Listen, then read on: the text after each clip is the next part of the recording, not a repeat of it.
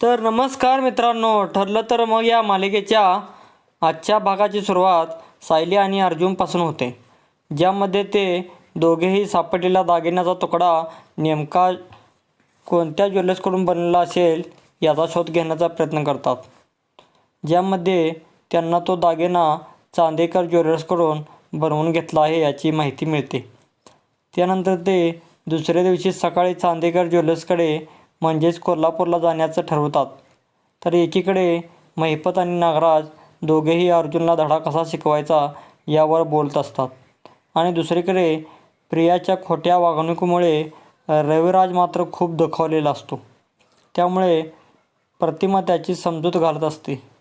त्यानंतर रविराज प्रियाला फोन करतो आणि तिला उद्या घरी भेटायला ये असं म्हणतो.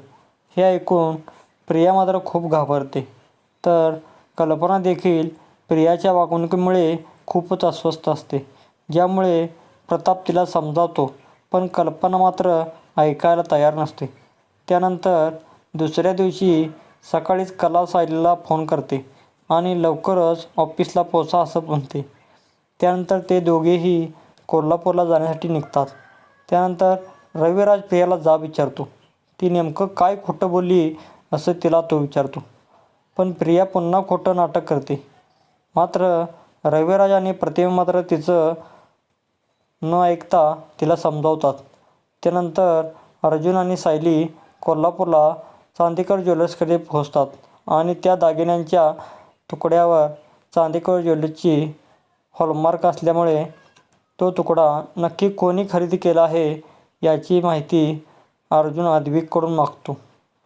तर उद्याच्या भागामध्ये तो दागिना कोणी विकत घेतला होता याची माहिती अर्जुनला मिळेल का हे पाहण्यासाठी आणि मालिकेच्या अशाच काही अपडेट्स जाणून घेण्यासाठी आमच्या चॅनलला सबस्क्राईब व लाईक करायला अजिबात विसरू नका.